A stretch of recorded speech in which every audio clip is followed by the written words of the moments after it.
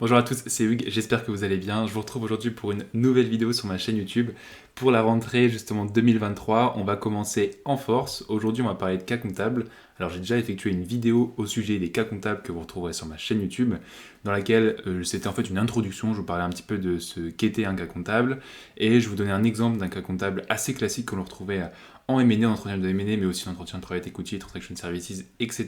Bref, encore corporate finance. Et on m'a dit en commentaire que c'était un cas comptable qui était un peu trop simple. Alors je vous l'accorde, c'était pas du tout le cas comptable le plus difficile. Néanmoins, c'était une introduction. Et là, justement, ce deuxième cas comptable-là sera entre guillemets beaucoup plus difficile, même si vous allez voir qu'avec les bonnes armes, disons les bonnes compétences, vous allez pouvoir vous en sortir avec brio. Donc, en toute petite introduction, qu'est-ce qu'un cas comptable? Enfin, pour avoir une introduction plus large, je vous réfère donc à la vidéo que je mettrai en description de cette vidéo, la vidéo sur les cas comptables.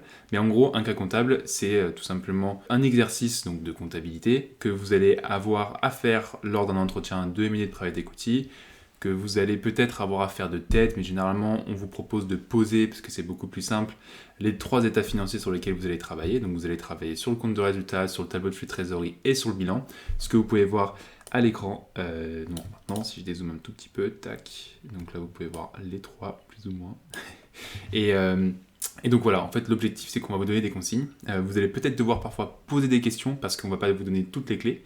Ou alors parfois, il y aura tout, en fait, dans les consignes. Et vous allez devoir effectuer cet exercice de comptabilité en commençant, mon conseil, c'est de commencer par le compte de résultat, ensuite passer au tableau de flux de trésorerie et passer au bilan. Donc dans ma vidéo introductive, je donnais l'exemple d'une augmentation de 10 de DNA que vous trouverez dans mon cas comptable 1 sur les trois états financiers. Bon, on m'a dit DNA, c'est pas exactement la même chose en français et tout, oui, j'en suis conscient, mais bref, un entretien à rester simple. C'est vrai que si on vous dit DNA, si on vous donne des consignes en anglais, partez sur donc un PNL, mais le compte de résultat en anglais, pareil, un cash flow statement, donc tableau de flux de trésorerie en anglais, et une balance sheet, donc bilan en anglais.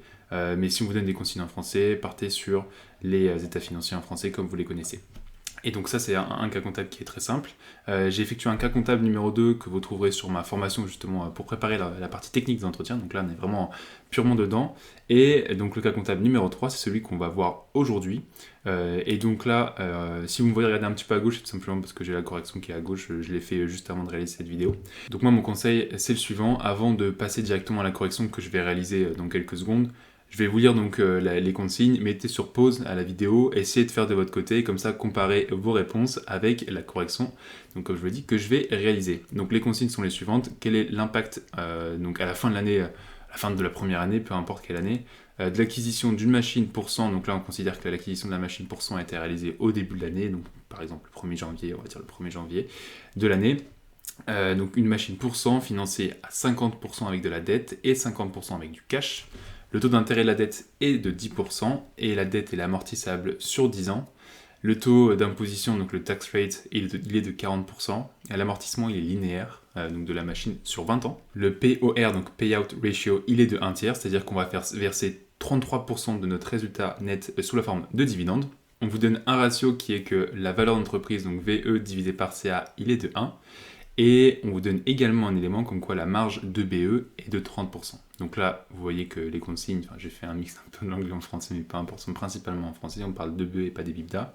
Donc on part sur des comptes de résultats en français. Donc là, avant que vous appuyez sur pause, juste petit tips entre guillemets, là vous voyez que vous avez vraiment une consigne qui est très élargie. Parfois, on aurait pu ne pas vous donner la durée de l'amortissement de la machine, de la dette, peu importe. Donc là, ce sera à vous de poser la question. En l'occurrence, je l'ai donné et j'ai également donné plus d'indications qui vont vous permettre de ne pas faire un cas comptable entre guillemets simple et classique, mais de vraiment construire presque l'intégralité du PNL. Donc voilà, petit tips refermé. Maintenant, cliquez sur pause sur la vidéo, essayez de le faire de votre côté, parce que moi, maintenant, j'ai passé donc à la correction de cette vidéo. Et donc maintenant, passons à la correction. Donc comme je vous l'ai dit en guise de petits conseils, de petits tips, vous allez pouvoir presque remplir en fait l'intégralité des lignes de votre compte de résultat, de votre PNL en anglais. Pourquoi? Parce que là, on vous donne donc que le ratio VE sur CA est égal à 1. C'est-à-dire que la valeur d'entreprise est égale à votre chiffre d'affaires. Et donc, on sait également que en fait, la boîte, bon là on part d'une hypothèse que la boîte, elle n'avait pas d'actifs avant, elle vient juste d'être créée ou peu importe, quoi que ce soit. Et donc, là, dans l'année, elle a acheté une machine pour 100, et donc sa valeur d'entreprise, elle est de 100. Ça, c'est donc l'hypothèse que vous deviez prendre, que en gros, le bilan était vierge, et donc que la VE est égale à 100, Et pour que le ratio, là c'est juste une petite division, pour que le ratio VE sur CA soit égal à 1, il faut donc que le CA, comme je vous l'ai dit, soit égal à la VE, comme on sait que la VE elle est égale à 100, donc votre chiffre d'affaires est égal à 100. Donc coût des marchandises vendues, on ne sait pas, marge brute on ne sait pas, valeur ajoutée on ne sait pas non plus, salaire on ne sait pas non plus, donc je vous ai un petit peu menti en disant qu'on pourra remplir l'intégralité, mais on pourra remplir disons les lignes principales. Par contre, on sait également qu'il y a une marge de BE de 30%, donc une marge de BE est égale à l'EBE sur notre chiffre d'affaires de 30%, et tout simplement est égal à 0,3, et on multiplie par 100, donc ça nous fait 30. Ici, nos DNA, donc en français dotation pour les prestations d'amortissement, on sait que la machine a été achetée pour 100, et l'amortissement c'est linéaire sur 20 ans, donc la première année, c'est donc est égal à 100, la valeur de la machine, divisé par 20. On va mettre, des moins directement, ce sera plus simple. Désolé si je galère un peu avec mon clavier parce que je suis toujours sur mon ordinateur portable. Donc difficile de cliquer sur F2, enfin je pourrais mais j'ai pas le F de lock. Bref, donc le REX ici, bon, si on considère encore une fois qu'il n'y a pas de produits et charges diverses, pas de dotation de provision, il est égal à nos 30 de BE moins 5 de DNA, donc ça fait 25. Le résultat financier, il est égal à quoi? En fait, il sera négatif parce que ça va être les intérêts qu'on va payer sur la dette. Donc comme je l'ai dit, la dette, elle a été financée à 50% avec de la dette, 50% avec du cash. Donc les 50 de dette, 50%, facteur de 100, à un taux d'intérêt de 10%. Et donc ça va être ici, donc 0,1. Facteur de 50, le montant de la dette. Encore une fois, j'ai oublié les moins, que je vais rajouter de suite. Très bien. Et donc, pour calculer nos impôts, on va tout simplement être égal à moins 0,4, facteur de ça plus ça. Donc nos impôts sont égaux à moins 8, et le résultat net, c'est tout simplement être égal à la somme donc, de notre ex, l'équivalent de l'EBIT en anglais, même s'il y a quelques modifications à faire pour passer de l'EBIT au REX, et inversement. Et donc c'est égal à notre REX plus ou moins résultat financier. On considère qu'il y a 0 de résultat exceptionnel et moins 8 d'impôt. Donc ça nous fait un résultat net égal à 12. Donc là, comme on voit, très simple, on a jusqu'à linker notre résultat net avec ce qu'on trouve juste ici. Donc 12. Nos DNA, on va les rajouter. Donc on a 5 de DNA comme on a dit. Donc comme on les rajoute là, il va falloir mettre un petit point par-dessus. Très bien, ici ça va être 0,0, donc les flux de trésorerie de l'activité, c'est égal à 17. Là, ici, on a acquisition d'immobilisation incorporelle et corporelle. Ça, c'est notre machine, donc on a moins 100.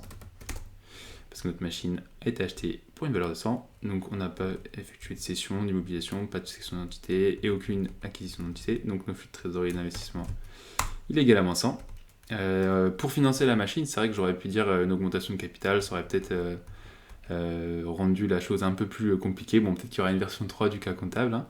Mais par contre, donc on n'a pas effectué d'augmentation de capital. Néanmoins, on a emprunté de l'argent. Donc on a emprunté 50, vous vous souvenez, c'est 50% financé donc avec de la dette. Et on a commencé en fait dès l'année 1 à rembourser de la dette parce qu'on dit que le taux d'intérêt de la dette est 10% et elle est amortissable la dette sur 10 ans. C'est-à-dire que tous les 10 ans en fait, c'est comme l'amortissement de votre machine, quoi. Et donc ici, remboursement d'emprunt, c'est... on a dit que c'était sur 10 ans, donc c'est ça, tout simplement divisé par 10 en fait. Et ici, ça va être négatif.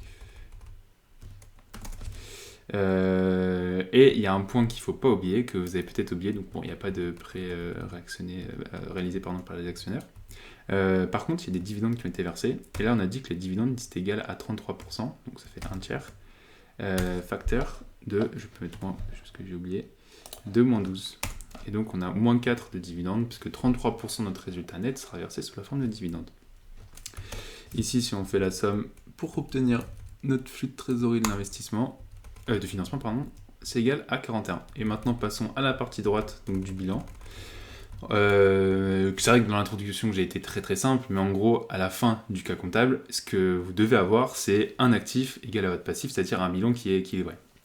Et donc là, on va voir tout simplement si, avec tout ce qu'on a rempli dans notre PNL, dans notre compte de résultat, notre tableau de flux de trésorerie, nous permet justement d'avoir un bilan équilibré ou pas. Donc immobilisation incorporelle, on n'a pas. Corporelle, on a Mais ici, il ne faut pas oublier, donc on a, bref, je vais mettre moins 100, oups, je vais mettre moins 100 et moins 5, on va le linker ici. Donc 95, parce qu'en fait la machine en 1 an, comme elle est amortissable sur 20 ans, elle perd 5 de valeur. Immobilisation financière, on ne sait pas si on a, mais on considérait que le bilan était vierge au début, donc on va dire qu'il n'y en a pas. Stock, il n'y en a pas, créance, on n'en a pas, et disponibilité, en gros notre cash. Et là, il est égal en fait à la somme, comme encore une fois, il était égal à 0 avant qu'on fasse cet exercice-là, en fait il est égal à la somme de ces 3 flux. Et pourquoi? Parce qu'en gros, la somme de ces 3 flux, c'est le Net Changing Cash, le NCC, ce qu'on appelle. Donc pour obtenir votre cash, donc vos disponibilités d'une année à une autre, vous partez de votre cash au début d'année et vous ajoutez ou vous enlevez le Net Changing Cash. Donc ici, il est égal à moins 42. Comme on partait de 0 de cash, bah, ça fait 0 moins 42, donc moins 42. Donc ici, on va faire une petite somme de tous ces éléments. Donc les éléments ici, plus donc la partie actif circulant et actif immobilisé, c'est égal à 53. Et à droite, on va prier justement pour que ce soit égal à 53 aussi. Donc les capitaux propres, on va aller chercher nos 12 de résultats nets. Mais il ne faut pas oublier de déduire nos 4 de dividendes. La dette financière, elle est égale donc à 50. Mais il ne faut pas oublier de soustraire le remboursement des emprunts. Et donc ici pour le total, on fait une petite somme et je vais juste rajouter, parce que là vous dites 45 c'est pas égal à 53, oui. Ici on ajoute les petits 8 au-dessus, on a un bilan qui est équilibré parce que l'actif est égal au passif. Donc voilà, si je dois conclure cette vidéo, si je reprends un petit peu les consignes, en fait c'est vrai que c'est pas ultra difficile, mais néanmoins il y a quand même des points qui changent parce que c'est pas un cas comptable qui est le plus facile, comme ce que j'ai dit dans l'introduction. Il y a des points qu'il faut ne pas oublier. Donc comment trouver notre chiffre d'affaires? En fait on le retrouve à partir de ce ratio-là. Il faut surtout pas oublier le POR avec le dividende et pas oublier justement de voir l'impact de dividende versé sur les capitaux propres que vous trouverez ici.